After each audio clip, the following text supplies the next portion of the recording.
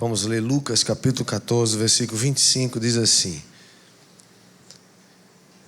Grandes multidões acompanhavam Jesus, e ele, voltando-se, lhes disse: Se alguém vem a mim e não me ama mais do que ama seu pai, a sua mãe, a sua mulher, seus filhos, seus irmãos e suas irmãs, e até a sua própria vida, não pode ser meu discípulo. Pois quando vocês, pretendendo construir uma torre, não se assenta primeiro para calcular a despesa e verificar se tem os meios para concluir, para não acontecer que, tendo lançado os alicerces e não podendo terminar a construção, todos os que a viram zombem dele, dizendo: Este homem começou a construir e não pôde acabar. O qual é o rei que, indo para combater outro rei, não se assenta primeiro para calcular se com 10.000 homens poderá enfrentar o que vem contra ele com 20.000. Caso contrário, estando o outro ainda longe, envia-lhe uma embaixada, pedindo condições de paz. Assim, pois, qualquer um de vocês que não renuncia a tudo o que tem, não pode ser meu discípulo. O sal é certamente bom, mas se o sal se tornar insípido, como lhe restaurar o sabor? Não presta mais nem para a terra, nem para o monte de estrume. Lançam-no fora. Quem tem ouvidos para ouvir, ouça. Vamos orar, baixe sua cabeça, feche seus olhos. Pai, te damos graças pela tua palavra. Espírito Santo, foi o Senhor quem a inspirou e levou Lucas a escrever e a registrar esse episódio. Esse fato aconteceu de verdade.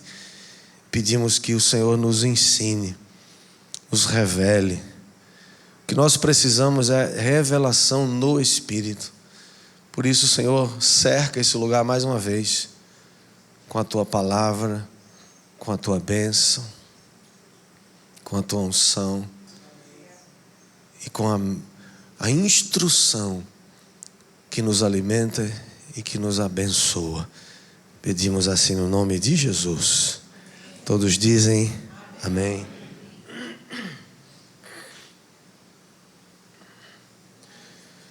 Queridos, o Evangelho de Jesus significa boas novas. O Evangelho significa boas notícias. Deus deseja que todos sejam salvos e cheguem ao pleno conhecimento da verdade, segundo 1 Timóteo 2,4. João 3,16 diz que Deus amou o mundo de tal maneira que deu seu Filho único, unigênito, para que todo aquele que nele crê não pereça, mas tenha a vida eterna. A palavra de Deus diz que tudo está preparado. Jesus proferiu uma parábola de certa vez dizendo, para exemplificar o fato de que tudo está preparado. Há uma mesa de um banquete que Deus preparou para todos nós. Ele deseja que todos venham e se assentem ao redor dessa mesa. Mas Jesus também não diminuiu o preço. Para entrar no reino dos céus tem um preço. Tem um preço que você não pode pagar, e esse preço Jesus já pagou, diga amém. Mas tem um preço que esse você tem que pagar, ou você precisa pagar. E sem que pague esse preço, você não entra no reino dos céus.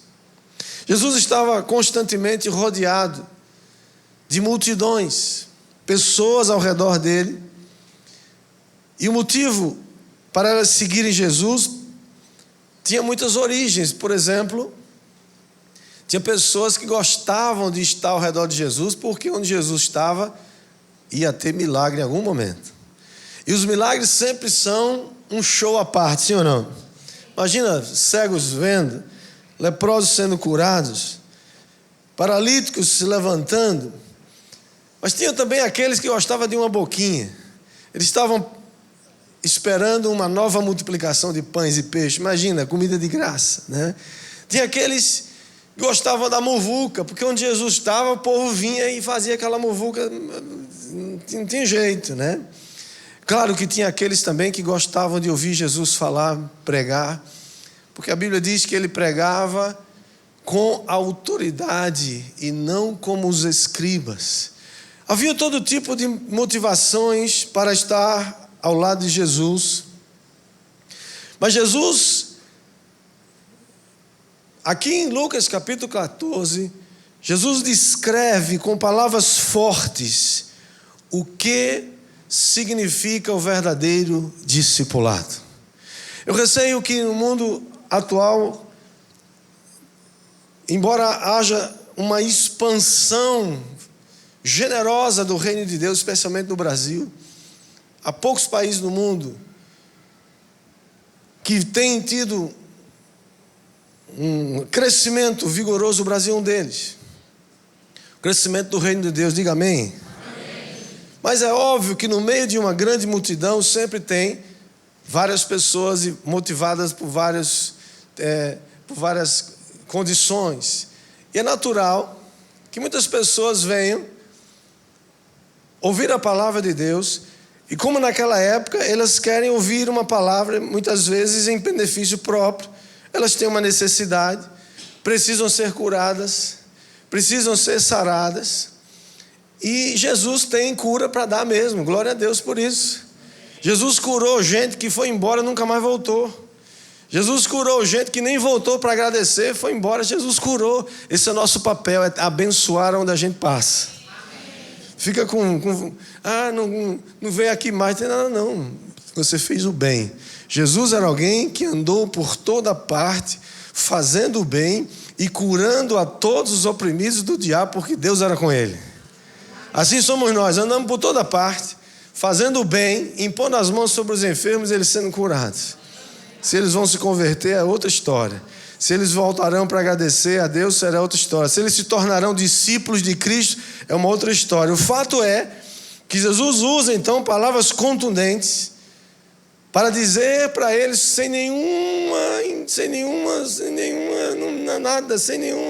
nada cinzento, é tudo claro. Há um preço para o discipulado.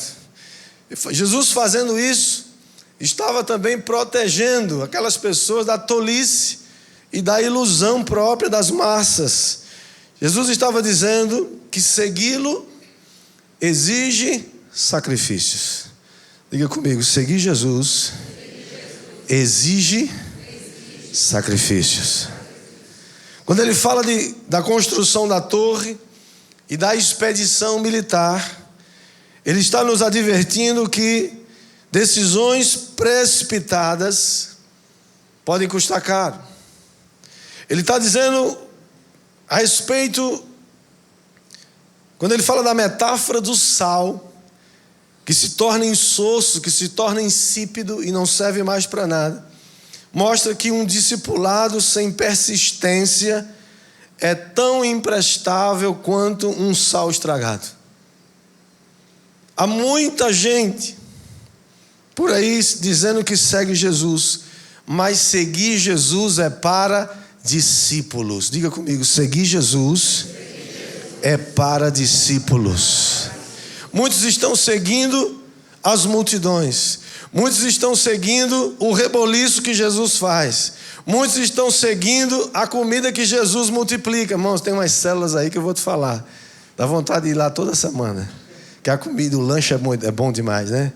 Estou dizendo que se você vai na sua célula só por causa do lanche, mas quem um chama é ou não é? Sim ou não?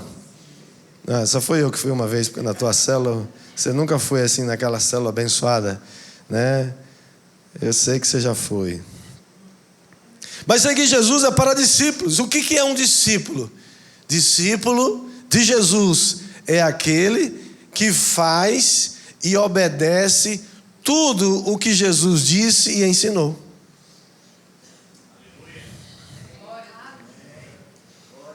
Eu creio que tem gente, irmãozinho, indo para Jesus como quem vai no supermercado. Eu vou comprar alguma coisa para mim hoje. Eu vou comprar alguma coisa que me agrada. Alguém que faz e obedece tudo que o mestre manda, esse é o discípulo de Jesus. Ele olhou um dia para os discípulos e disse assim: aquele que me ama, obedece os meus mandamentos. Muito claro. Eu amo Jesus. Você obedece os mandamentos dele? Mais ou menos. Talvez você ame mais ou menos. Quais são então, diante disso, irmãos, eu queria compartilhar com você quais são as marcas de um discípulo de Cristo que tem calculado o preço. Esse é o tema da nossa mensagem hoje. Calcule o preço. Você já tem calculado o preço de seguir Jesus? Quais são as marcas então de um crente em Jesus Cristo, de um discípulo de Cristo, que já parou para calcular o preço? Primeiro, marca de um discípulo é aquele que ama mais a Cristo do que qualquer outra pessoa. Diga comigo: ama mais a Cristo do que a qualquer outra pessoa. Jesus foi aqui, irmãos, ele esticou a corda. Ele foi no canto assim, ó. Ele disse: olha, se alguém vem a mim e não me ama mais do que... Aí ele incluiu todo mundo: pai, mãe, mulher, filhos, irmãos, irmãs, e até a sua própria vida, não pode ser meu discípulo. A versão revista e atualizada diz: se alguém vem a mim e não aborrece. Aborrecer aqui não é desprezar a sua família. Aborrecer aqui é colocar Jesus acima da sua família, acima do seu pai, acima da sua mãe, acima dos seus filhos, acima do seu marido, acima da sua mulher e até acima de você mesmo. É o que diz, por exemplo, Jesus também falando a respeito desse assunto em Mateus capítulo 10, versículo 34, ele diz: não pensem que eu vim trazer paz à terra. Irmãos, isso aqui é chocante, sim ou não? Jesus é paz, né? Quais são as figuras que quando você vê por aí que tentam retratar Jesus? Como é que ele é retratado? Uma figurinha do Natal, um bebezinho numa manjedoura, ou ele está crucificado, impotente, ou ele é aquela figura assim, com uma aura de candura, olhando para você assim, quase dizendo assim: pelo amor de Deus, me ajude, que eu não como há 40 dias. Parece alguém faminto, não é? É a figura de Jesus que a gente tem, ou não é, gente? Você imagina Jesus dizendo um negócio desse? É por isso que tem gente que depois se escandaliza e vai embora. Jesus? Que negócio é esse, Jesus? Se você é paz... não, Jesus é amor. Claro que é. Mas ele está dizendo: eu não vim trazer paz à terra. Não vim trazer paz, mas espada. Versículo 35 diz: pois vim causar divisão entre o homem e o seu pai, entre a filha e a sua mãe, entre a nora e a sua sogra. Assim, os inimigos de uma pessoa serão os da sua própria casa. Verso 37: quem ama seu pai e a sua mãe mais do que a mim, não é digno de mim. Quem ama o seu filho, a sua filha mais do que a mim, não é digno de mim. E quem não toma a sua cruz e vem após mim, não é digno de mim. E quem acha a sua vida vai perdê-la. E quem perde a vida por minha causa, esse vai achá-la. Bom, isso aqui, nenhuma religião vai fazer isso com você. As religiões vão prometer a você o mundo e os fundos e todos os benefícios possíveis. As religiões vão prometer a você muita coisa. Jesus está dizendo: eu tenho morte para você. Você quer? Mas pastor, você não prega tanto aqui, pastor, que Deus É que Jesus veio para nos dar vida e vida em abundância? Com certeza. Você não prega tanto aqui que Deus é bom, que a promessa de Deus é para nós, que as promessas são todas para nós. Mas você não pode esquecer que tem um preço. Calcule o preço. Jesus não está interessado em ter seguidores que vão abandoná-lo no meio do caminho. Jesus está interessado em pessoas que vão levar a cruz com ele até o Calvário. E lá vai ser executado com ele. Mas sabe também que depois do Calvário tem a ressurreição. Tem a vitória sobre a morte. E tem uma glória que há de ser revelada. Mas não antes de pagar o preço. E não antes de tomar a sua cruz. Diga amém. As palavras de Jesus aqui são tão contundentes que pode nos fazer pensar que ele está talvez menosprezando os mandamentos de amor ao próximo e de honrar o pai e a mãe, sim ou não? Aborrecer o pai? Não pode amar mais.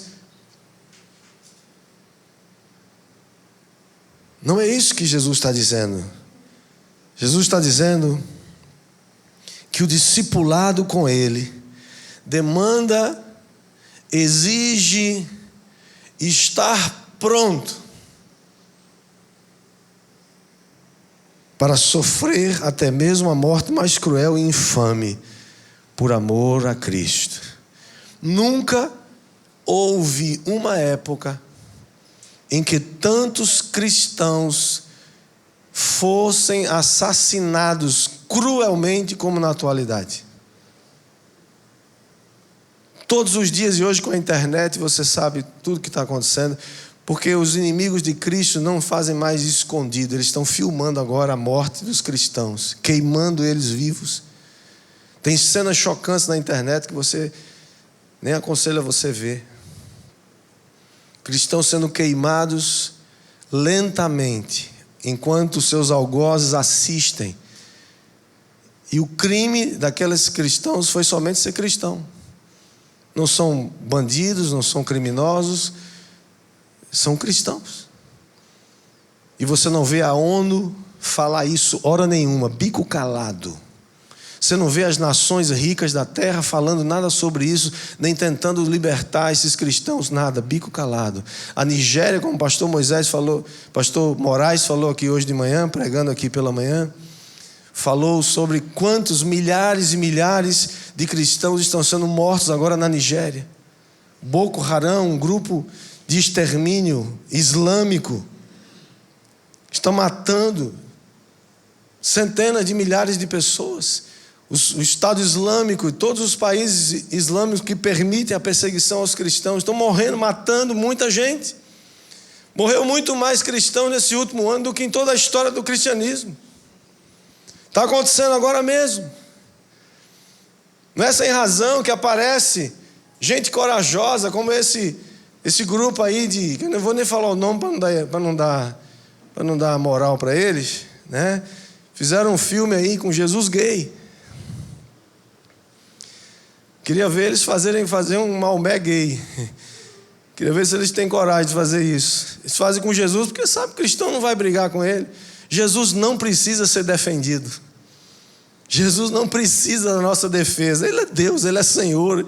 Ele está reinando. Ele está olhando para essas coisas e rindo.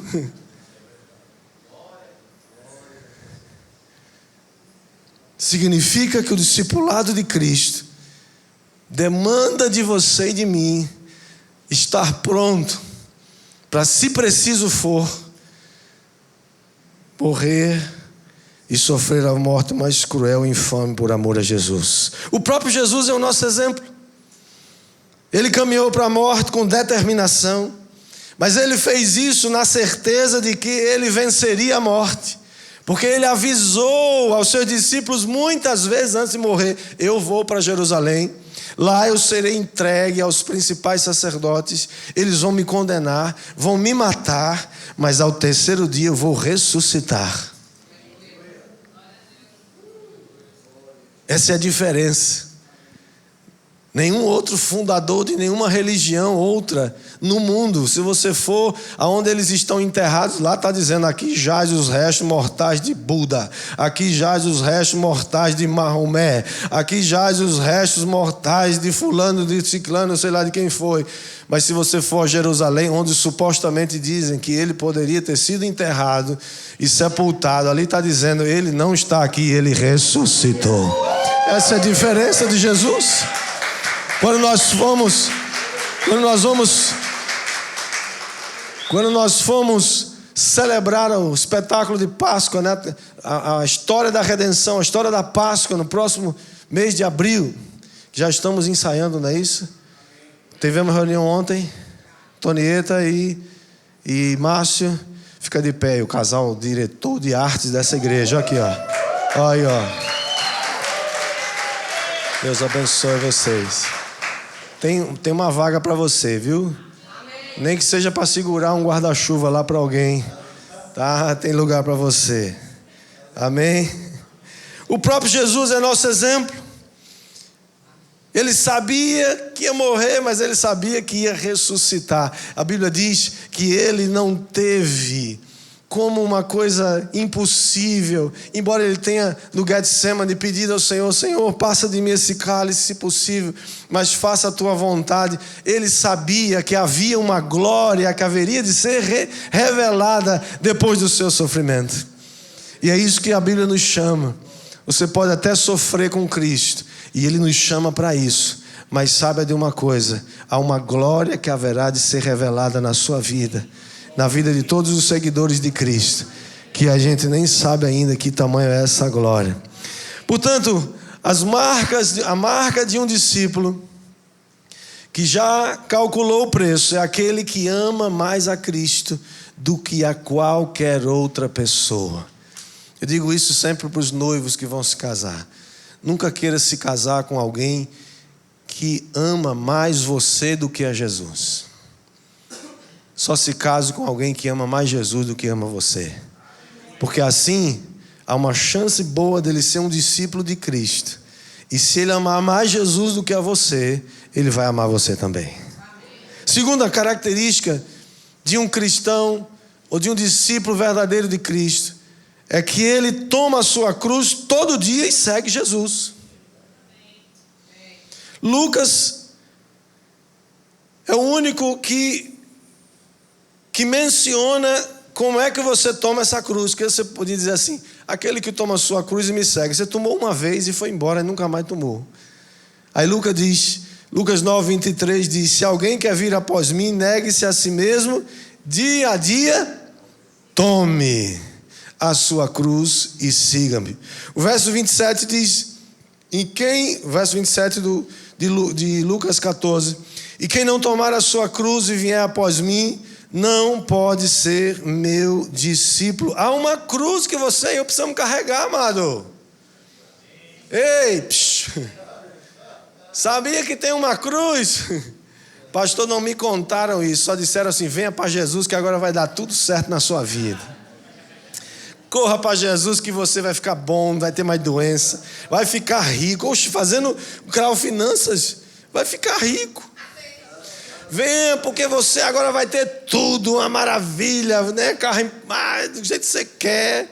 Vem para Jesus agora e tudo se fez. Porque a Bíblia não diz, irmãos: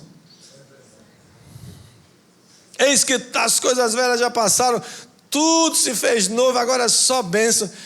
É só bênção, é verdade, mas tem luta, tem guerra, tem cruz, tem a cruzinha todo dia para você carregar. Alguns achavam que era a sogra que você tinha que carregar todo dia. Mas a cruz não é a sogra. Se fosse só a sogra estava bom, é fácil, né? Por isso que tem gente que foi conseguir uma esposa e um marido a 10 mil quilômetros de distância, porque aí volta e deixa a sogra lá, porque fica longe, né? Não é a sogra, também não é a cruz que Jesus carregou, porque aquela já cumpriu o seu papel lá no Calvário. A cruz aqui que Jesus está falando é uma figura. é a figura de suportar sofrimentos por causa de Cristo. Você está disposto a suportar sofrimentos por causa de Cristo? Se você acha que suportar sofrimentos por causa de Cristo é uma afronta que você não pode suportar, se sofrimentos por causa de Cristo é uma vergonha e é um opróbrio, é algo que você não consegue receber, então o próprio Jesus está dizendo para você: você não pode ser meu discípulo.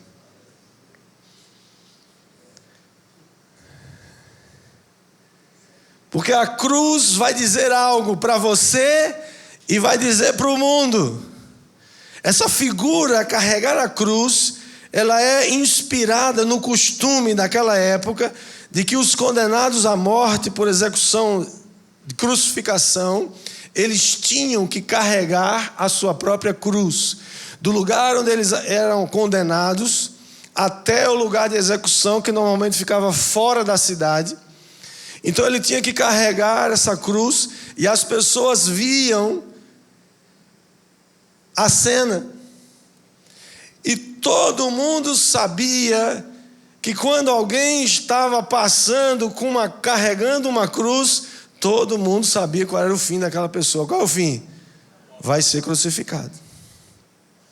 Jesus não está chamando a gente para ser crucificado numa cruz de madeira como ele foi. Isso já aconteceu, isso já se cumpriu. Ele cumpriu a sua obra. O que Jesus está dizendo é: você precisa estar disposto, por causa de Cristo, passar por sofrimentos que você não está disposto, não quer, não deseja. Mas se você entender o valor do sofrimento por causa de Cristo, não é por causa de outra coisa, não é porque você errou e fez as coisas erradas, é por causa de Cristo, você está se candidatando a ser um herdeiro da glória que um dia há de ser revelada em Cristo Jesus. Jesus exige que os seus discípulos levem a sua cruz ao local de execução juntamente com ele. E é por isso que ele mesmo, Jesus, disse certa vez que a porta é estreita. Eis que te digo, varão, a porta é estreita e o caminho é apertado. Ninguém gosta de entrar por uma porta estreita porque é incômodo. Pior ainda é perseverar num caminho apertado. Você gosta de espaço, não é? Você gosta de coisa larga. Jesus diz na sua palavra: cuidem em entrar pelo caminho estreito, porque espaçosa e larga é a porta que conduz à perdição, e são muitos os que entram por ele. São muitos os que estão entrando por ele. Mas esforce-se em entrar pelo caminho estreito, e apertado é o caminho, e são poucos os que acertam com esse caminho. Você já imaginou o destino dessa multidão que entra na porta mais larga e fácil? Pessoas que não estão nem aí. Quando aperta uma coisinha, pula fora. Não aguenta ser chamado de bode. Vocês são bodes. Cresci numa cidade do interior que crente era chamado de bode. Vocês são bodes, são berrantes. E vocês são bodes que berram muito, porque eles eram uma igreja avivada, uma igreja pentecostal, e cantava e gritava e falava alto, e falava de Jesus e não sei o quê. E eles eram uns bodes que berram. E berra muito. Mas isso era o mínimo. Tomar a sua cruz todos os dias, irmão, tem a ver que um discípulo de Cristo tem, de forma figurada, dois objetivos principais: construir e lutar. As duas metáforas que Jesus usa nesse texto, a primeira do construtor, que antes de construir a torre se assenta para calcular o custo, e a outra do rei, que tendo que enfrentar um outro rei, faz os cálculos se ele tem condições de enfrentar. Um está querendo construir, o outro tem que lutar. É uma metáfora que tem a ver com Neemias, lá construindo os muros de Jerusalém, quando o povo, com a mão, pegava lá a colher, o material para construir os muros, reconstruir os muros, e na outra mão tinha na arma para se proteger dos inimigos. Essa é a atividade do crente, do discípulo de Jesus. Ele está construindo, mas está lutando também. Quem tem a intenção de edificar uma torre precisa ponderar desde cedo tudo o que é exigido para essa construção. Você vai ter que construir, mas vai ter que lutar também. Você vai ter que lutar. Diga comigo, eu tenho que lutar. Mas precisamos calcular os custos dessa construção e as forças para essa luta. Porque uma obra abandonada vai gerar menosprezo das pessoas. Porque assim como somente a conclusão de uma construção constitui honra para o construtor, da mesma maneira, somente o desfecho e não o começo coroa a trajetória de um cristão. Vou ler de novo, está aqui no telão. Vamos ler junto, todo mundo? Assim,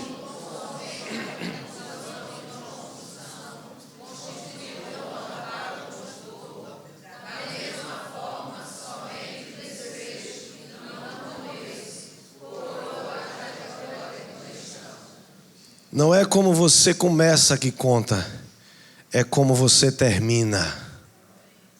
Não é como você começa alguma coisa e deixa pelo meio do caminho. É como você termina que conta. Tem muita gente começando as coisas e não termina. Começa um casamento e deixa pelo meio do caminho. Começa a criar filho e deixa os filhos abandonados por aí.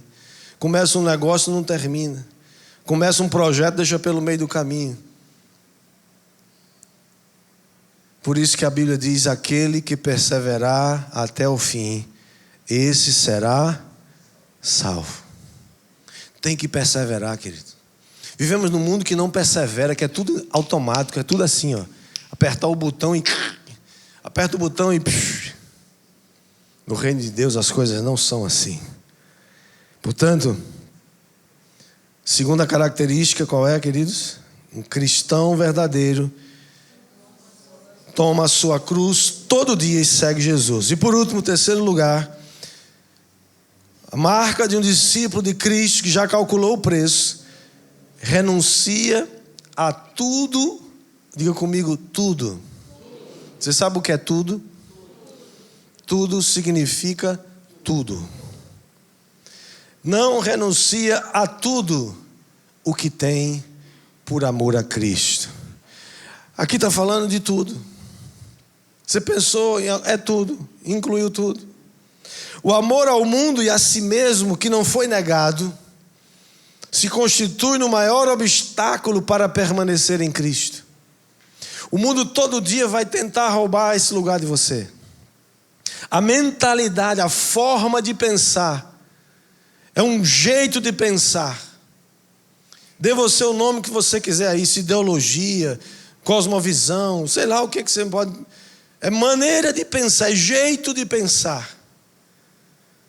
É o maior obstáculo a permanecer em Cristo. Tem muita gente flutuante por aí, irmãos. Muito crente flutuante por aí. O que mais tem hoje é crente que vive pulando de galho em galho, de igreja em igreja. Não tem nenhum interesse em se colocar como um verdadeiro discípulo de Cristo. É claro que há exceções. São amantes de si mesmo. São pessoas sem nenhuma disposição para renunciar coisa alguma por amor a Cristo. Vivem em busca de benefícios e vantagens pessoais, como quem frequenta um supermercado. Quando os preços sobem, ele pula fora. Quando abre um supermercado novo, todo mundo corre para lá. Abre uma igreja da moda, a galera corre para lá. Quando você aperta aqui no discipulado, ela espirra e vai para outro canto, porque não quero dar contas da minha vida para ninguém. Gente que está pulando de um lugar para o outro, não sabem quanto custa ser discípulo de Jesus. E na sequência daquelas duas parábolas que Jesus menciona no texto que lemos, da construção da torre e da expedição bélica, o Senhor adverte contra uma adesão leviana. E ele deixa isso muito claro no versículo 33, que diz assim: assim, pois, qualquer um de vocês que não renuncia a tudo quanto tem, não pode ser meu discípulo. Irmãos, eu fico pensando que depois de uma palestra dessa, de uma palavra dessa, depois de um discurso desse, quem foi que ficou para ouvir Jesus? Quem foi que permaneceu naquele negócio? Vamos pensar assim, hein? Esse cara surtou, só pode. Hein? Se o preço é esse, estou fora. Vou viver minha vida. É uma escolha. Jesus nos lembra aqui que de nada adianta ter um bom começo se você não chega ao fim. Um construtor insensato e um rei descuidado não merecem outro nome a não ser sal que perdeu o sabor. E essa última metáfora que Jesus usa aqui, do sal estragado ou do sal insípido, Lucas 14:34, ele diz: o sal é certamente bom, mas se o sal se tornar insípido, ou seja, se ele perder o seu valor, o seu sabor, como lhe restaurar o sabor? Verso 35, não presta mais nem para a terra, nem para o monte de estrume, lançam-no fora, quem tem ouvidos para ouvir ouça. Jesus emprega aqui, irmãos, essa metáfora pela terceira vez, metáfora do sal. Ele menciona isso em Mateus 5:13 e Marcos 9:50. Aqui temos o arremate da advertência contra a empolgação irrefletida. Antes de você vir para Jesus, em outras palavras, o próprio Jesus está dizendo: antes que você venha me seguir, antes que você seja animado com as multiplicações dos pães e dos peixes, antes que você fique empolgado com as curas e os milagres que você viu, calcule o preço de me seguir. Não seja um empolgado sem reflexão. Reflita, pense, se assente, gaste tempo. Será que eu quero isso mesmo para a minha vida? O sal age contra o apodrecimento, purifica e confere durabilidade ao alimento. A principal função do sal é essa: é impedir o apodrecimento da carne, principalmente, mas dos alimentos dá sabor, confere, esse sabor característico. Como sal, os discípulos de Cristo devem preservar a humanidade da podridão moral. Irmãos, todo dia a sociedade apodrece um pouco mais. Se não tiver o sal da palavra de Deus, se você, como um sal na sociedade, não fizer o seu trabalho, quem vai fazer? A sociedade se acaba, morre, desaparece. Você tem um papel. Diga: eu tenho um papel. E devemos ponderar até que ponto nós estamos correspondendo a esse sublime chamado. Quando você vê algo e você não se posiciona, você está sendo conivente com aquilo. O próprio Jesus disse: não sejam, aliás, Efésios diz: não sejam coniventes, não sejam participantes das obras infrutíferas das trevas, antes, porém, reprovai-as. Mas reprovar tem um custo. Reprovar tem um custo. Dizer a Herodes que ele não podia viver com a mulher do seu irmão teve um preço para João Batista. Jezabel, o espírito de Jezabel que estava naquela mulher, não gostou da posição de Herodes, chamando ele de radical. Mas ele teve coragem de dizer a verdade. E às vezes, por dizer a verdade, você vai ser acusado. E a gente está vendo isso aí acontecer no Brasil e no mundo. Os inimigos de Deus todo dia mexem nas leis para tentar pegar você, para tentar incriminar você. Em Angola, um país de fala portuguesa, criaram uma cambada de leis que praticamente proíbe se construir algum prédio para alguma igreja naquele país. São leis que estão se levantando para impedir o avanço da verdade do reino de Deus. Quero ler para você o texto de Mateus 7, versículo 13. Porque é importante lembrar que o sal tem uma destinação específica. Salgar. Ele não serve para adubação, por exemplo. O sal